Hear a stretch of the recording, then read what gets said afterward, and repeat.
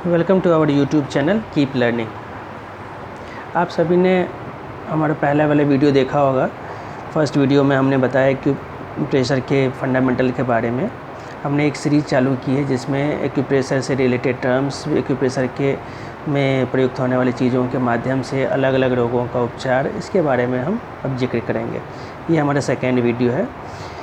Acupressure के definition के बारे में हमने बताया था कि एक्यूप्रेशर जो है सुई की नोक के बराबर बिंदु पर दबाव देकर विभिन्न रोगों का उपचार किया जाता है। जिन बिंदुओं पर दबाव देकर हम उपचार करते हैं उन्हें हम कहते हैं एक्यू पॉइंट्स, और इन्हीं बिंदुओं को आयुर्वेद के टर्म में हम कहते हैं मर्म बिंदु।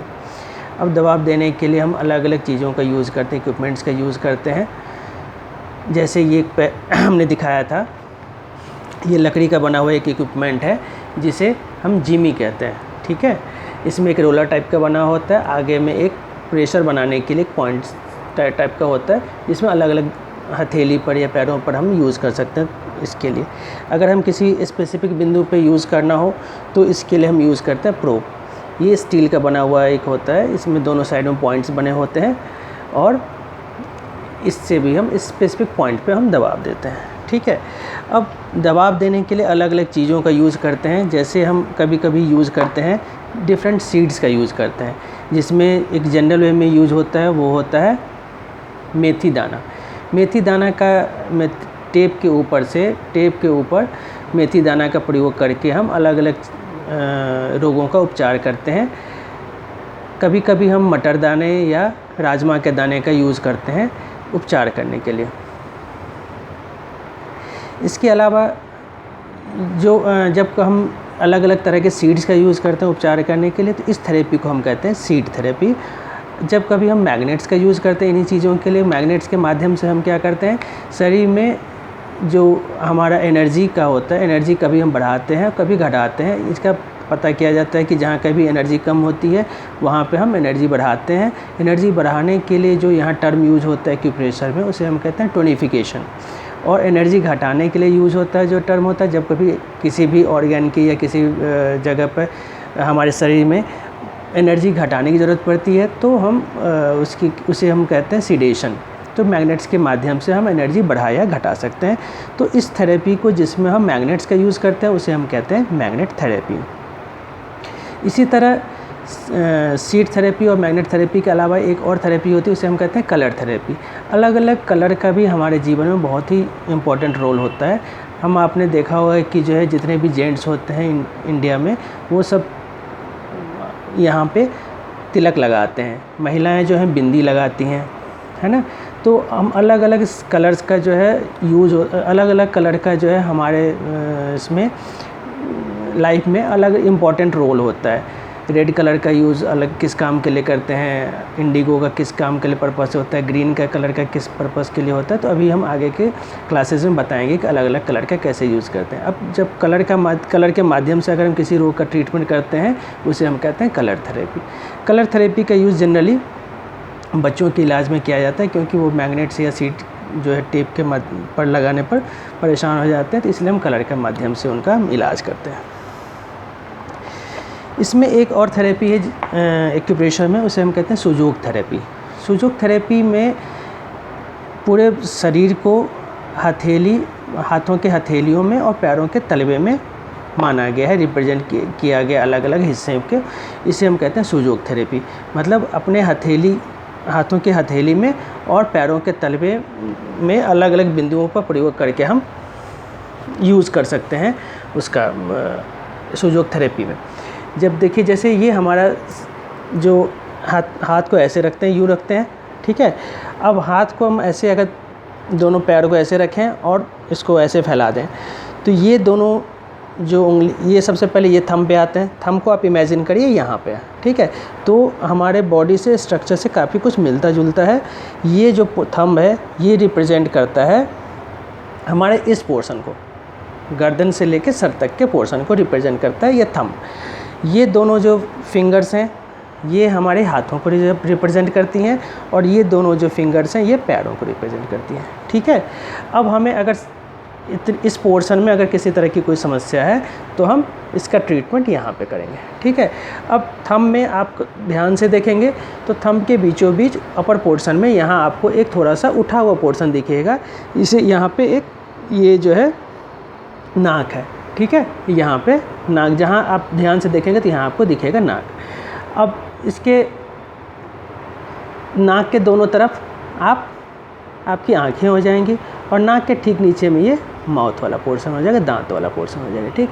ये जो अपर पोर्शन है ये आपका सिर वाला पोर्शन होगा और ये जो हो गया ये आपका गर्दन वाला पोर्शन हो गया, ठीक है। गले का पोर्शन हो गया, ये गले का पोर्शन ये हो गया, ये फेस का पोर्शन हो गया, ठीक है। फेस में बीच में हो गई नाक, दोनों तरफ आँख, यहाँ पे माउथ, ये हो गया हेड।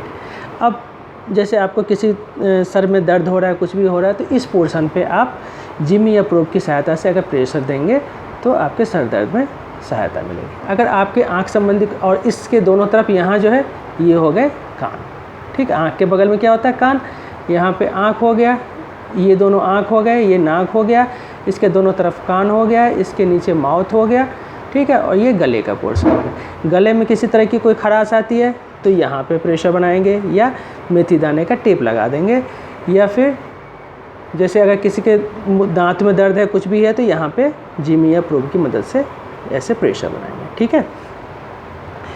अब अलग अलग, जैसे आपके हाथों में या पैरों में दर्द है, अब सिमिलैरिटी कितनी होती है ये देखिए।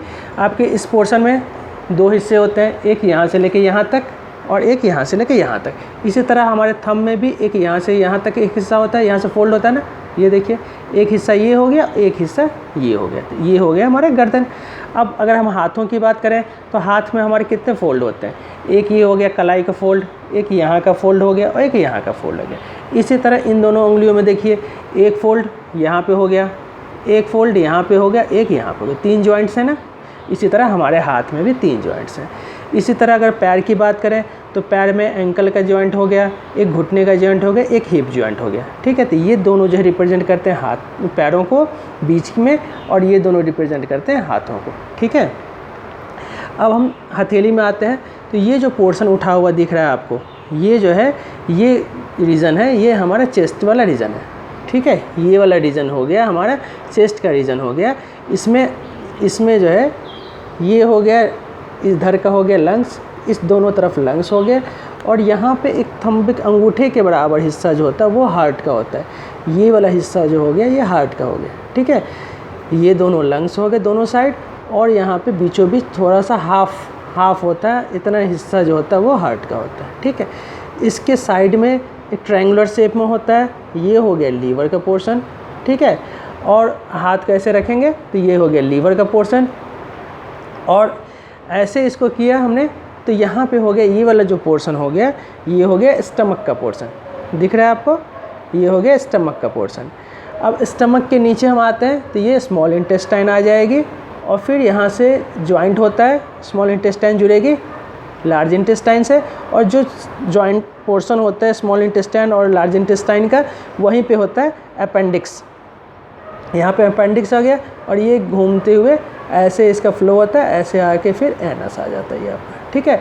जहाँ स्टमक और स्मॉल इंटेस्टाइन का जॉइंट होता है वहीं पे आपका जो होता है ये वाला हिस्सा होता है, ये होता है पेनक्रियाज का, ठीक है।